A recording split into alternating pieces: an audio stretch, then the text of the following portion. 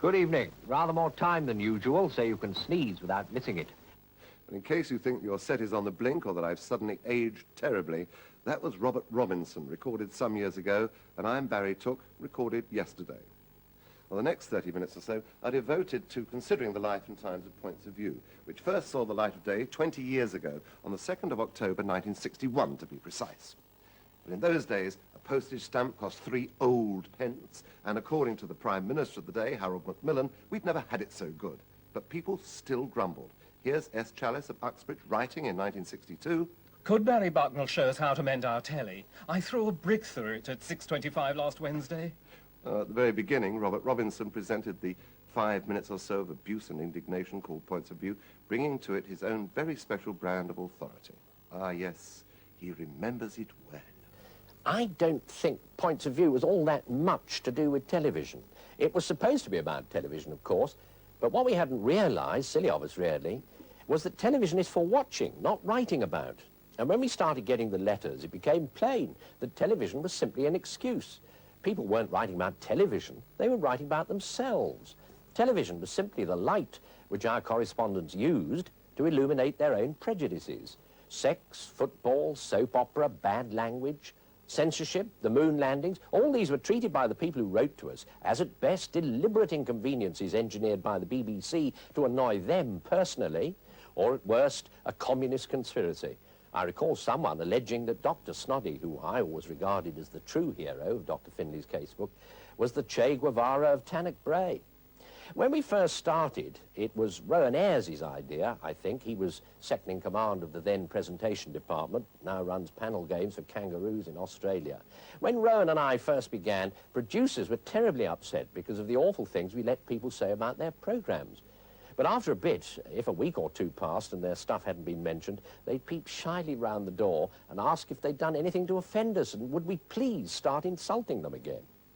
In between fielding the prejudices and shying them back at the audience, we'd chop the actual programmes up and rearrange them. When I say we, I mean Jim Franklin, the demon film editor. We once rearranged a conversation between the Archbishop of Canterbury, General Norstadt, Edward Heath and Pandit Nehru, only we cut out all the words and left in just the ums and ahs. Well,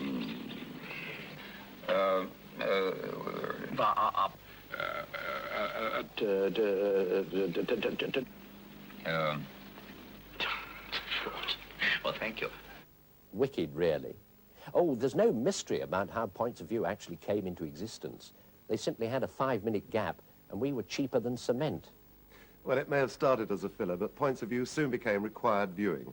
I mean to say, what a chance to let off steam. The announcer said, and now we have half an hour of comedy with Dick Emery. A pack of lies. We had 21 minutes of assorted musical acts and 9 minutes of comedy. The high-speed gabble which preceded the tennis at 1:35 daily was utterly boring and supercilious. Watch with Mother is giving children bad habits. Mine are blowing bubbles in their soft drinks because they've seen Andy Pandy do it. Nearly the end of civilization as we know it. And if Andy Pandy was a dangerous model, the flower pot men were downright subversive.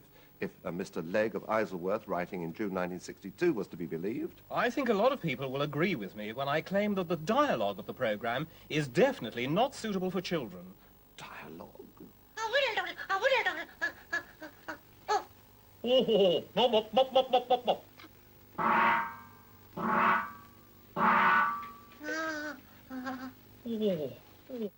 Bill and Ben. The man who made all the noises was, and still is come to that, Peter Hawkins, and he was interviewed in 1962 for Points of View by that other champion of good English, Professor Stanley Unwin. When was the first own personal discovery of that came forth from your throat, Curse? Oh, you look up about 30 look up I was working for Whitlickett in my I'm being got it. For the bottle boy. A-level rubbish, I think you'll agree. And that word rubbish is probably the one used most often by our correspondents, with tripe coming a close second, as in this reference to a soap opera of the early 60s, Compact. I have only 2 words to describe the programme. Utter tripe.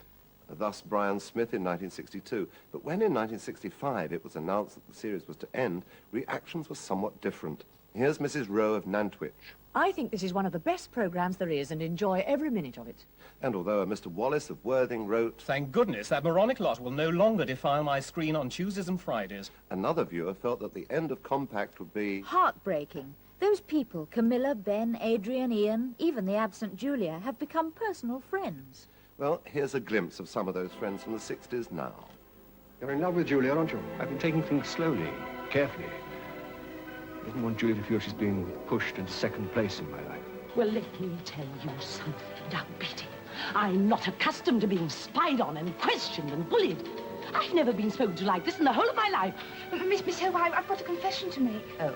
What's that supposed to mean? Well, I'm leaving you. I thought I'd never be able to say this to another woman. If I can say it to you. I love you. Compact, which, along with the Newcomers, United and Dr. Finley's Casebook, not to mention Dr. Kildare, kept the flag of cosy television flying in the 60s and 70s. But are the 80s so far behind? Angels, Blake Seven, Mackenzie, all have racked up huge audiences. And as for Triangle, well, it was an absolute winner, even if the folk who wrote points of view about it were less than euphoric. For instance, Alistair Wilson of Marlborough says of Triangle, It's about as entertaining as a brick. and here's our Jane Noyce of Plymouth. After watching several episodes of the BBC's latest offering, Triangle, I have come to the conclusion that it is utter claptrap. But a Mrs. E. Houghton wrote on the same day, What's wrong with me? I like Triangle. and Jackie Smith of Farnborough wrote, I agree that the acting may not be in the same class as Clark Gable's performance in Gone with the Wind, or even the sheep in One Man and His Dog, but I find this series highly entertaining and very enjoyable to watch. and with Kate O'Mara on display, enjoyable to watch it was for many.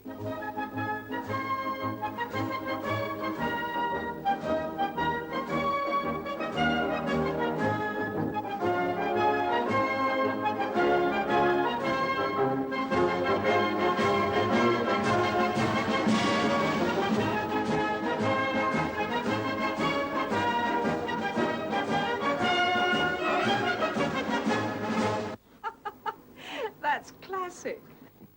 Indeed, and a brand new series of Triangle will be back next spring. Now, one of the constant pleasures of television over the years from the point of view has been the reactions to Come Dancing. Here's what a Mr. Hall of Kennington, Kent wrote in 1962. It gives me great pleasure to watch ballroom dancing, but most of the glamour is lost when we are reminded that the elegant ladies and gentlemen have to work as hairdressers, mechanics, greengrocers, fishmongers, etc. And a Mr. Fox, writing from Manchester, also in 1962, describing the commentary as... A game of facetious consequences. asks... What would you call this sort of remark? Robert is a window cleaner, and June an optician's receptionist, so they should be able to see us through? Well, I'd call it an awful pun, as doubtless Robert Robinson did at the time. But Come Dancing and its predecessor, Television Dancing Club, had a loyal following, and people were not amused when the formula was changed in 1980.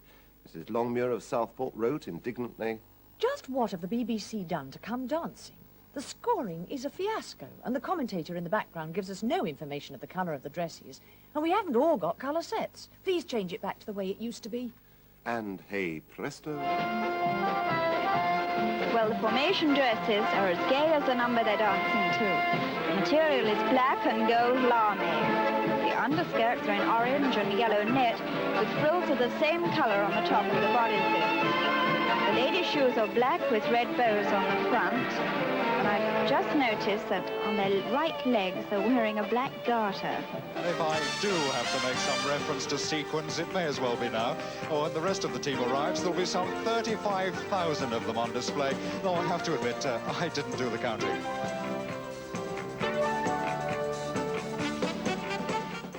All those years of Come Dancing. You know, it's easy to think of television as being merely the provider of trivia for the unthinking, but television at its best is thought-provoking, anger-provoking even, as Points of View over the years has demonstrated. Viewers do get provoked. Here are some comments on the Wednesday play, a play called On the Eve of Publication, vintage 1968. Filth. Human scum. Slime of the pit. Well, looking back, it's hard to remember what caused such violent reactions. On the other hand, who does not remember Cathy Come Home? Because even if you didn't see it, it's become one of the most discussed, written about productions ever made by the BBC. At the time, October 1966, these comments were typical. Cathy Come Home by Jeremy Sanford provided a much-needed airing of Britain's dirtiest linen. It is disgusting to show England up in this way. And this from a Mrs. Taylor of Orpington. There is nothing more rousing than when people are confronted with the truth.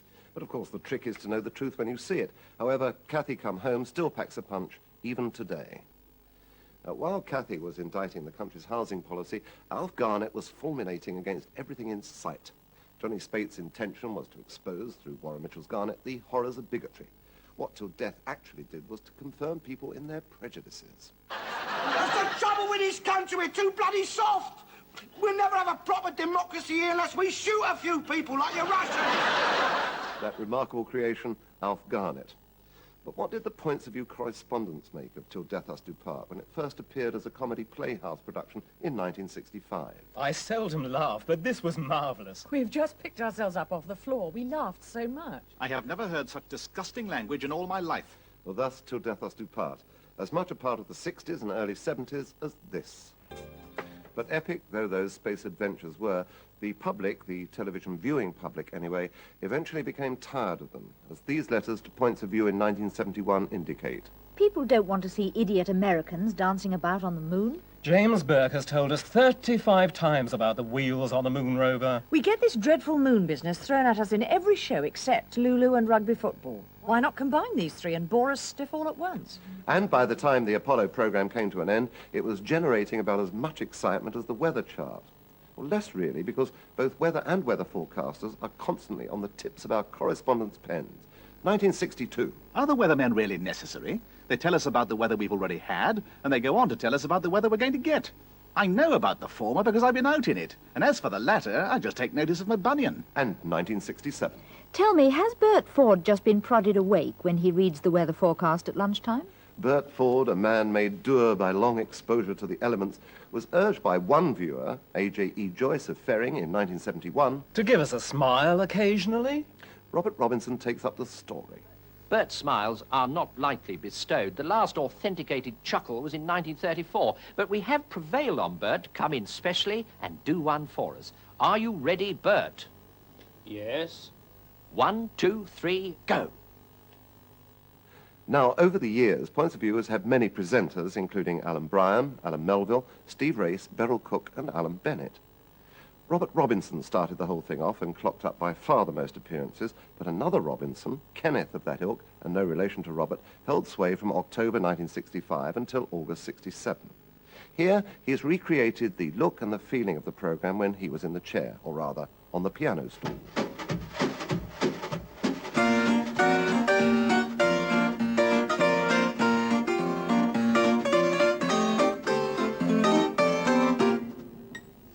"15 years ago, that noise brought a request from a viewer. Please send me your drumming record. It would improve my mother-in-law's piano playing by drowning it." An even stranger noise was once heard on Points of View. I noticed a television gardener talking about slug pellets the other day. Surely it's very difficult to hit a slug on the move. We explained that you simply put a slug pellet on the back of the hand and aim straight between the slug's eyes. It still doesn't seem quite fair. And from slugs to bananas, which very much upset somebody who'd seen a dramatization of The Woman in White. In this 19th century play, you showed a bowl of bananas, which had not then reached this country. Yes, we had no bananas until 1909, and that's what I said in reply, and next week a letter poured in. Why, oh why, do you have to make cheap music hall jokes? I myself have been married into the banana business for 20 years. Neither my husband nor I can see anything to laugh at in a banana. You never know how you're going to offend people. We had a kindly inquiry. My wife says we never see you below the waist. She'd like to know if your trousers are exactly the same as your jacket. Well, they were not, I explained, because... thank you, darling. They're not the same, you see, because the holes for the legs are, in fact, bigger than the holes for the arms. And after that helpful explanation, I got a furious letter from a schoolgirl. Dear sir, I think you're a simply horrible person calling that girl with your trousers darling. My mother says you're a married man. Those were pleasantly moral days, though one viewer made fun of a comment we kept on getting. Sex, sex, sex, nothing but sex. PTO. That's what we want. Nothing but sex. And Mary Whitehouse complained, not about that, but about this letter referring to the Boy Scouts movement. I saw a reference in a programme the other day to the Book of Outdoor Hints for Boy Scouts. I bought a copy and couldn't believe my eyes at Chapter 7, How to Make Friends with the Birds, and Chapter 9, Which Way is Camp? I'm enclosing the unbelievable campfire song. It was called Never Let Your Braces Dangle, a lovely sentiment. And talking of music, another comment. The other night you showed us a man in a bowler hat smoking a cigar and playing the most dreadful jazz. Could we please have more ordinary music for ordinary people? Sir, is the sort of thing you do really a service to viewers? Well, yes, sometimes it is. As I sign off for now and probably forever, I'm reminded that last time I did Points of View in the 60s, I was giving a special service to two very special viewers, and this is how they appeared on the screen at that time.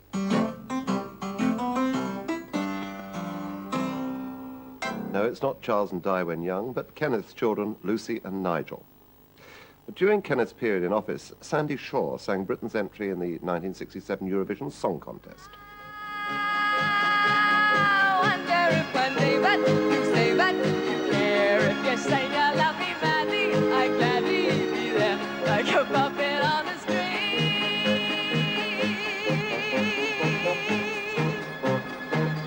like a puppet on a string. Thank you. And Mrs. Venables of Brighton commented, Why doesn't Sandy Shaw keep her hair brushed back? She has such a cute face and a good bone structure. how true. I'm constantly amazed by the number of teeth that popular singers have. Mouths full of them. Well, Miss Shaw had plenty to smile about. She won. In 1981, poor old Norway... Well, here's Geoffrey Marsham of New Barnet on the subject. Dear Mr. Tooke, the Eurovision what? The final stages of this soporific programme were enlightened by one consideration. Can Norway strike another blow for the Guinness Book of Records and remain at 0? Yes, they did it. Is it possible to hear the Norwegian effort again to check if it really was that bad? Yes, it was, and here it is.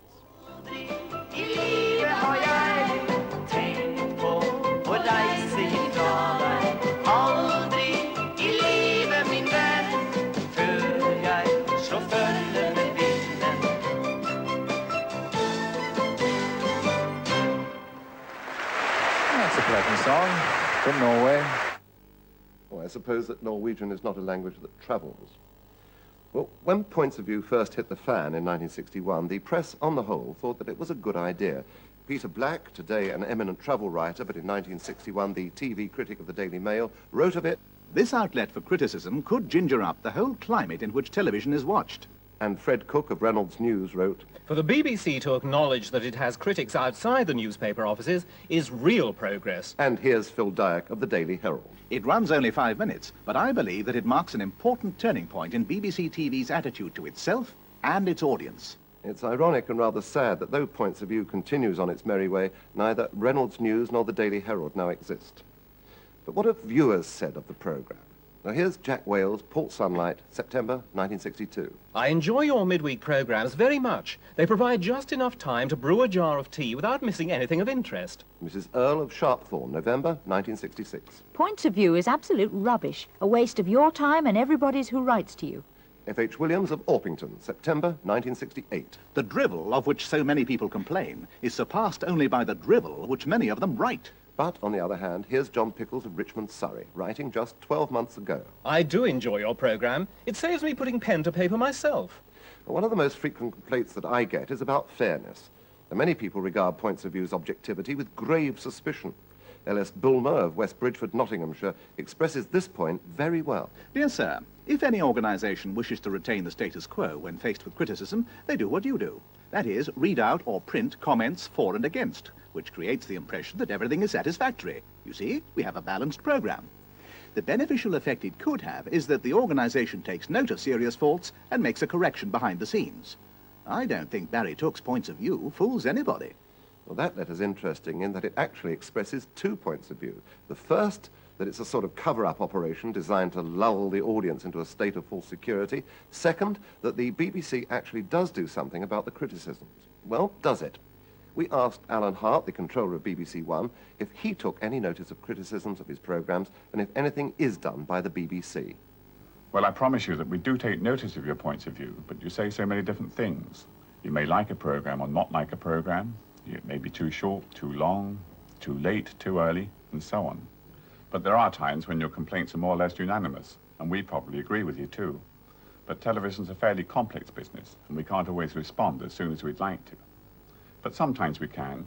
For example, Man Alive did a programme on road safety the other month on BBC2, and thousands of you wrote in and said, please can we see it again at peak viewing time on BBC1 as soon as possible. I'm pleased to say we were able to oblige within a few weeks. At 20 miles an hour, a baby's forehead will hit the screen with the force of 1/4 of a ton.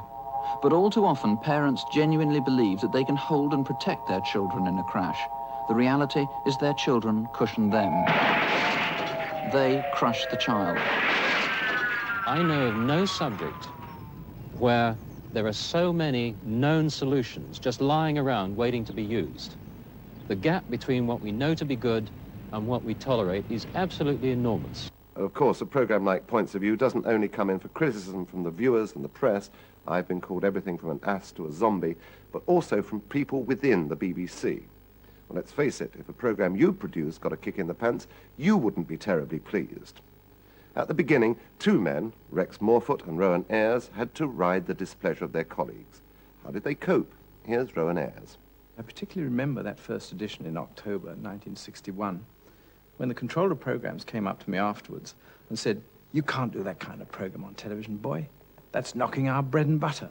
It's odd how a little 5-minute program like Points of View, which started as a filler inside a 5-minute gap in the schedule, should have had quite a bit of influence. Of course, it got us into trouble from time to time.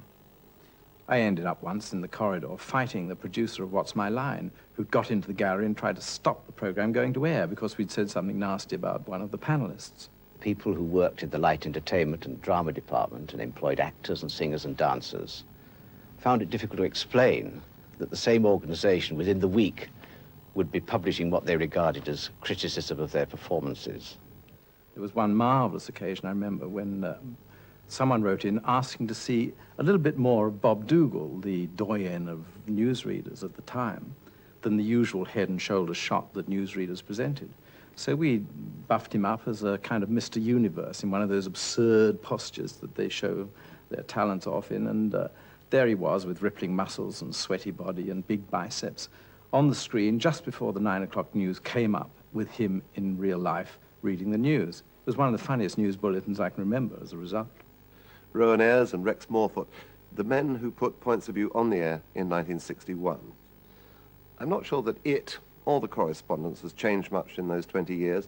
For every pro, there's an anti. For every hooray, there's a boo. Not the 9 o'clock news is a case in point. From the moment it first appeared, it was either praised to the skies or fiercely attacked. Sir, I feel compelled to write to you to complain of the utter filth my wife and I witnessed in tonight's programme, Not the 9 o'clock News. Well, that was from Mr. J.R. Wakelin of Nottingham. The next week, we received this letter from Ron Turner of Harold Wood, Essex. Dear Barry, I agree with a viewer who wrote to say that Not the 9 o'clock News is filthy. I wouldn't miss it for anything. Well, Points of View gave Not the 9 o'clock News a lot of coverage, and in return, they did this. This week we got a flock of letters concerning the test card. Miss J of Putney says. Well done, the BBC. Another winner. And Mr. Pittman of Camberwell adds. The test card is quite magnificent. It justifies the license fee on its own. Personally, I think the fee is far too low. I would willingly sell my house and all its contents to help the BBC. Griff Rhys-Jones as me. Ever since that first appeared, I've been asked if I minded the parody, and the answer is I loved it. And I was equally delighted when I received this letter last year on a subject which hadn't previously signified much to me. It says, Dear Barry Took, watching your programme for the first time this evening, I was enchanted to see that the letters you used on the screen were genuine originals rather than a TV mock-up supposedly produced to make writing more legible. There before my very eyes were your kind, impulsive, revengeful, patient, generous and curious viewer writers. I can hardly wait for the next programme. And the letter was signed by Diane Simpson, a handwriting analyst from Chester, who is with me today in the studio. Diane, how can you possibly tell people's characters from their handwriting? Well, everyone changes the handwriting from the way that they're taught to write. Mm-hmm. And I relate those changes to personality traits.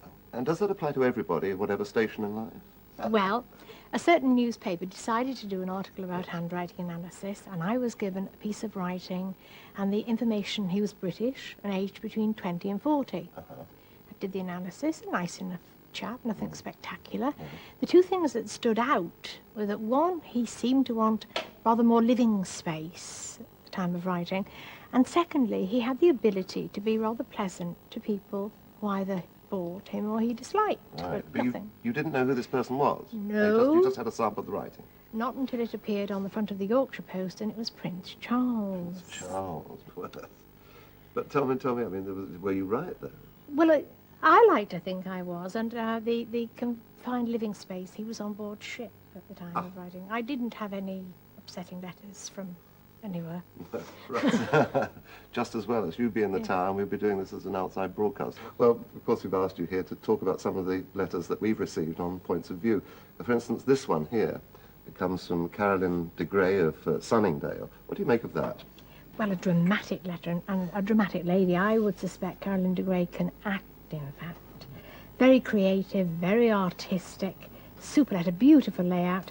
That full stop at the end of the signature would also indicate that Carolyn de Grey can't resist taking the last word. Oh, I see. If you put a full stop after your signature, last That's word it. time. I see. Well, here's another one from a younger person. Yes, Stephanie Rogers. A lot of pressure in this writing, emphasising the words in just the right places. This letter was all Stephanie's own work.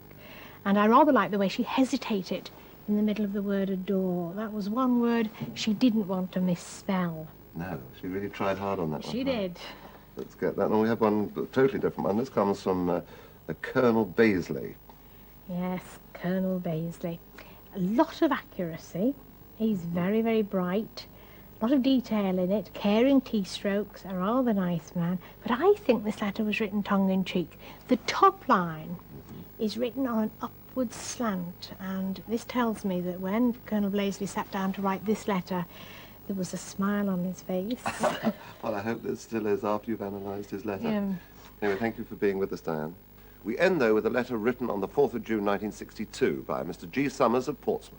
I think your programme is one big confidence trick. I bet you don't look at half of the letters and invent most of those you use. And all you do is sit in front of the camera and prattle. Absolutely right. And on behalf of all the prattlers of the past 20 years of Points of View, may I say thank you all for writing. I'll be back next week at the usual time of 8:50. Until then, good night.